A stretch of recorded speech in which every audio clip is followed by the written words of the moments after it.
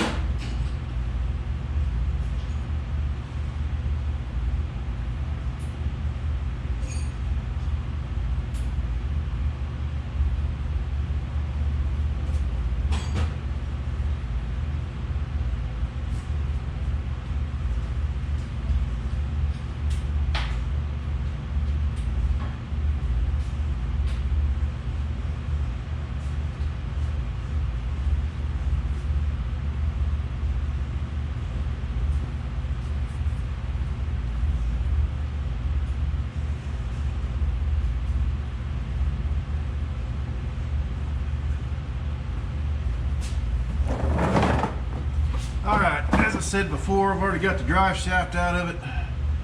I've got the vent hose clipped, getting ready to cut the brake hose right now. I've got a bolt to put in the brake hose so the fluid doesn't run everywhere, because the rear end we're going to put in here is a right back there. I don't know if you can see it or not, but it's a 10.5 inch ring gear full floater. It'll bolt right in here. It's out of a Pathfinder van, but it'll be fitted in here. Make sure the shock mounts are okay where they're at, and I'll take it back out, take it up and have it blasted, powder coated, and then it'll be converted over to disc brakes. And then that's why this hose is not going to be used anymore. We'll put a T right here somewhere and go to each wheel and have separate brake hoses for each wheel for the calipers. So let's cut this brake hose out of the way.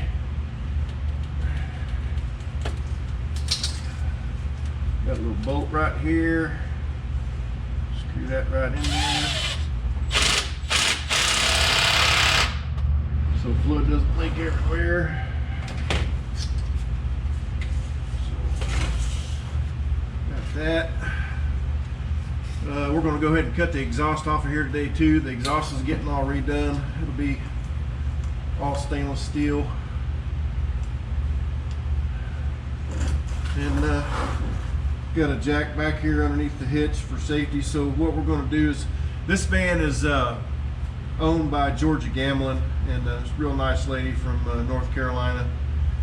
So she's having me do a bunch of extra work to it as well. Somebody really pulled a suckhead play and welded a homemade hitch to the back of the frame. So I'm gonna, as soon as I get the rear end cut out of here, we're gonna cut the exhaust out. I'm gonna carefully remove the gas tank, put an access panel up at the top inside the van, so it'll be easy changing on the fuel pump. If it ever has to be changed, you'll never have to take the gas tank out again, because the fuel pump on these vans is inside the tank. So and then I'll take the gas tank out, then I'm going to carefully surgically remove the hitch from the frame and get everything nice and sanded down, and then put a nice new hitch on, one that's meant to be bolted on, and do a real nice job. So okay, I'll be right back. I'm going to get the torch and we're going to go cutting.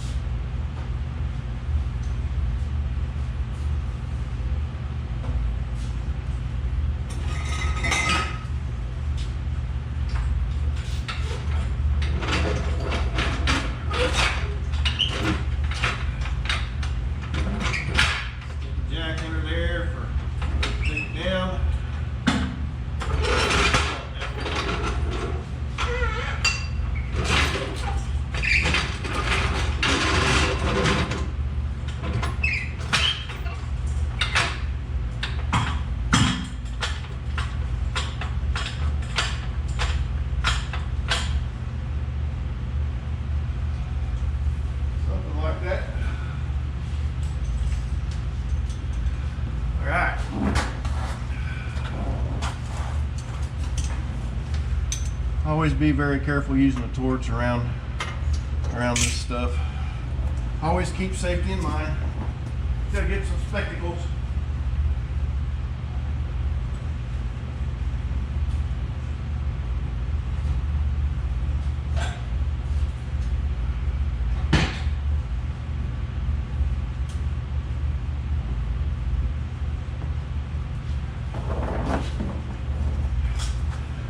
All right.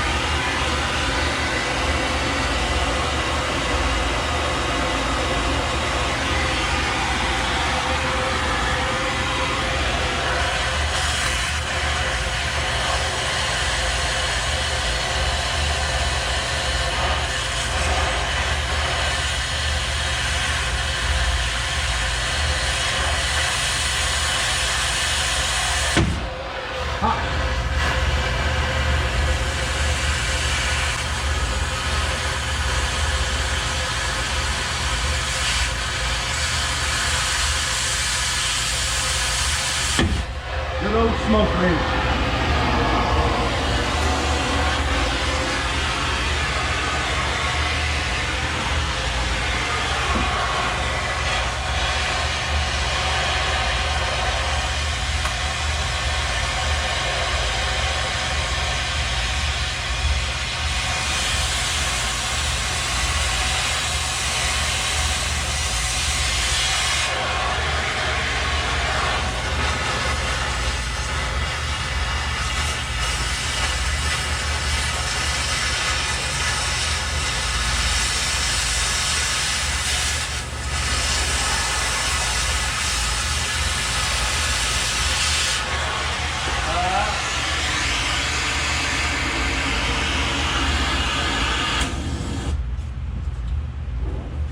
Side.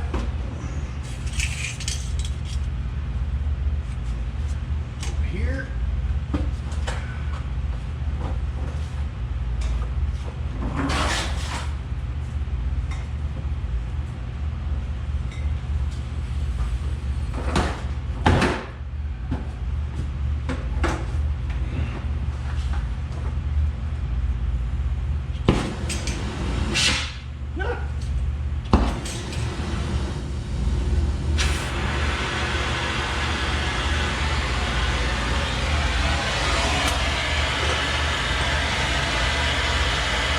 Got the emergency brake cable.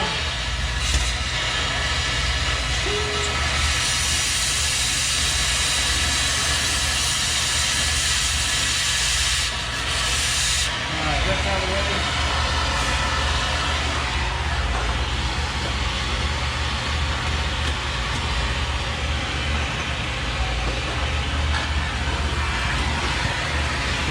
Got this one.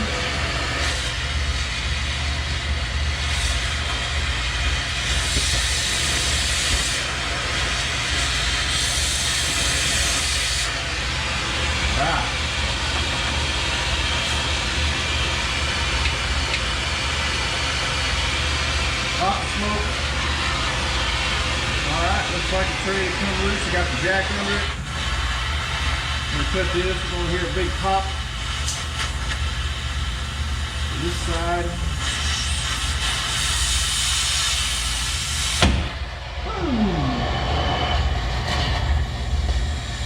U-bolts under a lot of tension.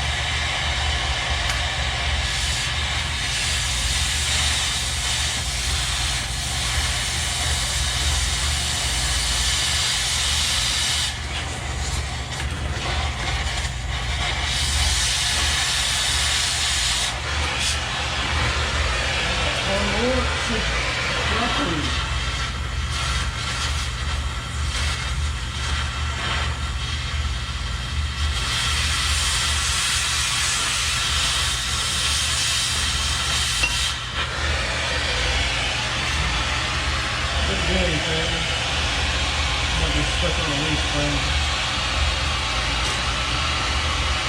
Hot metal everywhere. Okay. Alright.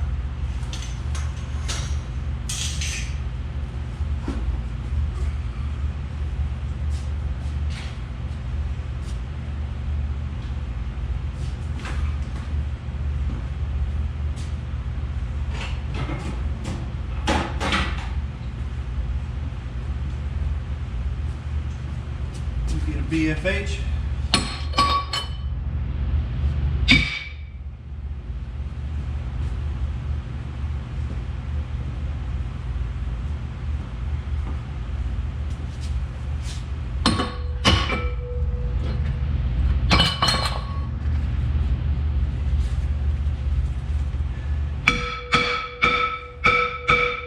Yeah, it looks like it's stuck on the leaf springs. I'm going to take a little bit of tension off the jack, see if we can drop down.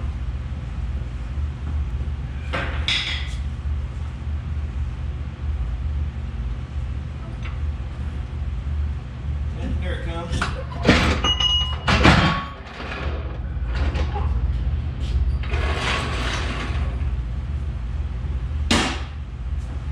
All right, here we go. Pull it out.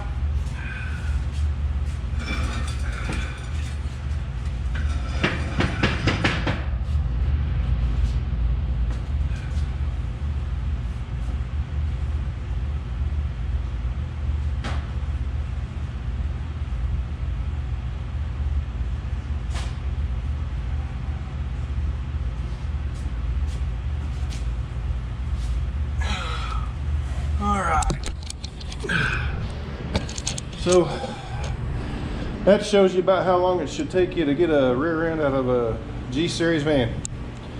So yeah, smoke wrench makes it happen pretty quick. But this is looks like a 10 bolt, just a stock rear end, ain't nothing special about it. But yeah, so If any of you guys wonder what the leaf springs measure across, I can tell you, I believe it's about 52 inches. Find a tape measure here, wherever it might be.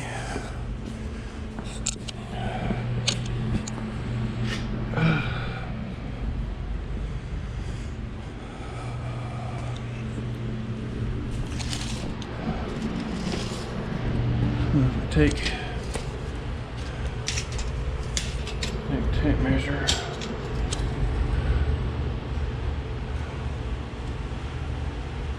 That's about 50 inches. About 50 inches. Actually about 49 and a half. And then this one over here should be pretty much the same thing. Yep, exactly. About 49 and a half. So this rear end will fit right in this van. That rear end is out of a 78 Pathfinder van, I believe. 78, 79. And it's the same body style. It'll fit right in there. So we're going to convert this over to disc brakes. We're going to get rid of all these drums on here. We're going to go totally through it. New bearings, new everything.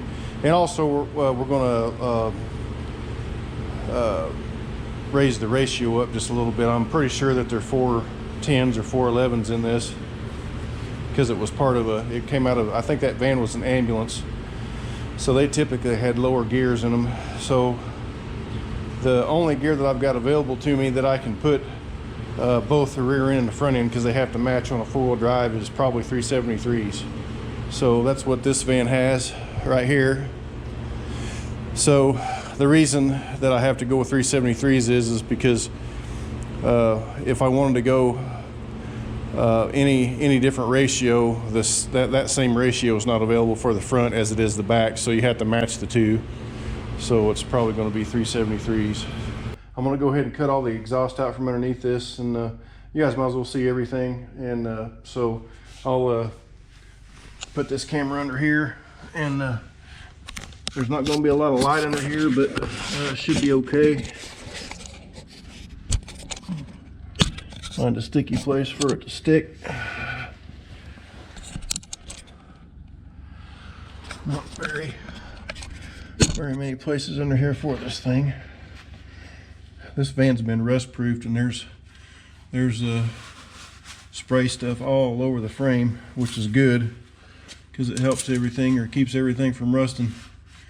But man, when you go to work on it like a project like this, it has to be all scraped off and dealt with accordingly. We're going to be doing a tremendous amount of welding to the front of the frame on this, and for the cross member for the transfer case. This is getting a 205 transfer case with a 4L80E transmission, and we're using an adapter kit from Advanced Adapters for their to put the transmission in there, and in the transfer case. And then we'll have to make a big cross member for it all. So I'm gonna have to do a lot of welding on this thing. So everywhere I've got to weld, I've got to heat it up and scrape this crap off of here. So we grind it down to bare metal and get good welds on everything. So all right, I'm going to get the torch, and we're going to start torching this exhaust system out of here and drop it all. Might as well just do it all in one swath and in pieces, and get it all hauled down to the scrap pile. So here we go.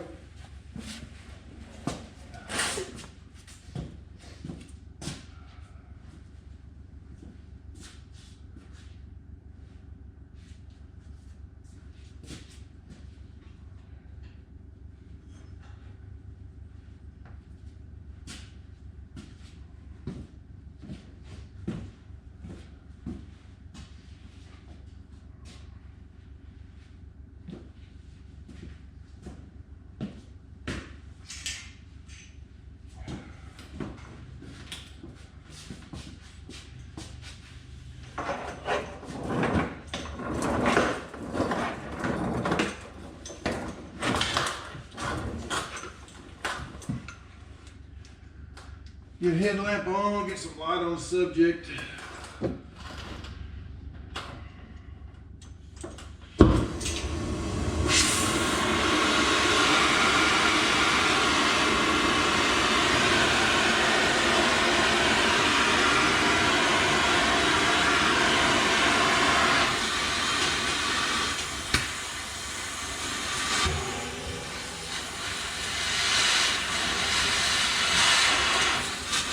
You always know if you deal with torches at all, if you can't cut something, torches will not cut stainless steel. They will only cut carbon steel. They won't cut cast either. So if you get on something with a torch and it won't cut it no matter how much you heat it up, chances are it's probably stainless or cast.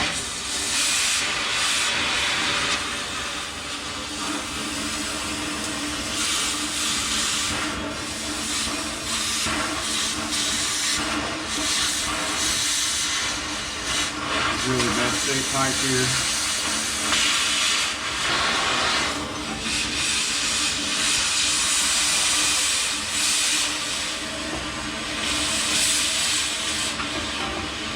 Really rusty inside. That three.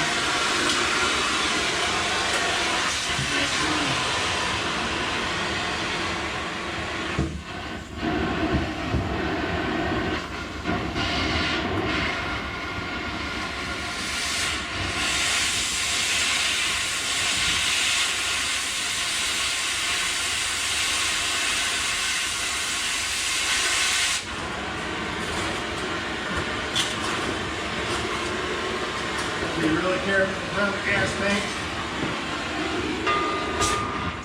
Come on now.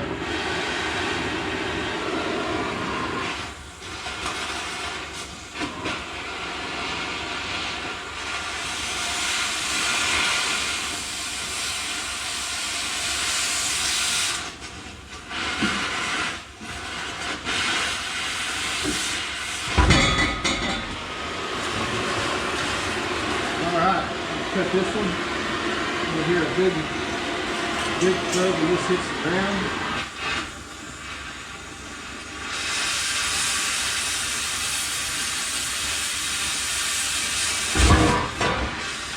Well, come on.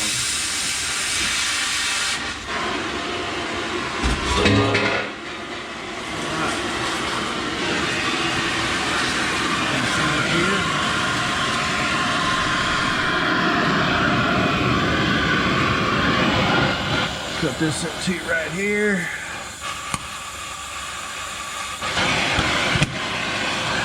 Sparks on my slag on the end of the torch.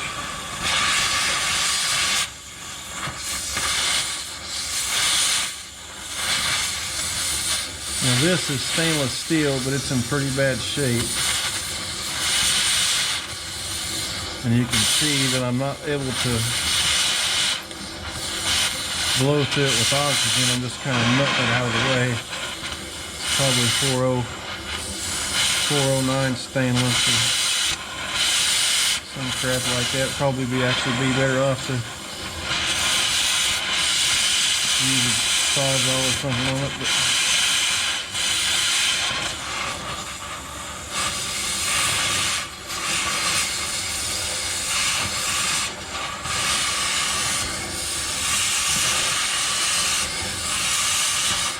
crap that they used back then.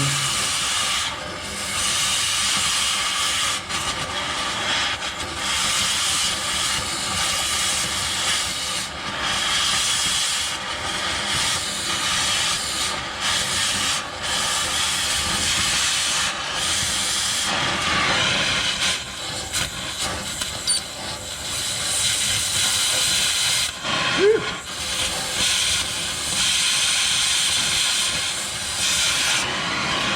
Tell you what, whenever you're using these torches or welding, it really pays to have flame retardant clothing on. Coveralls I've got on are FR, and sparks just hit it and just kind of fizzle out.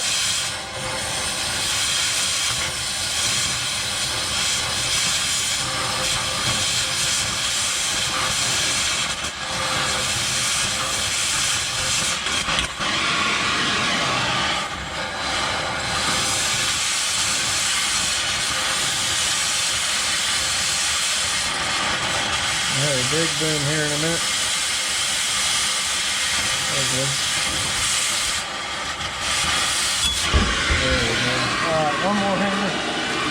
whole thing will come crashing down.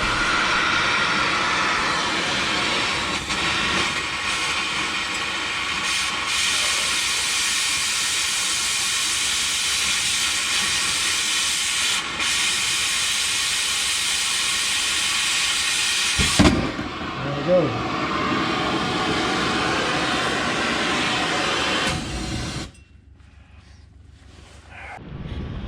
All right, we got the exhaust all tore off and got everything back to the scrap pile, and so here's a good shot of the whole thing without the rear end in it. Of course, we're going to be pulling the gas tank out.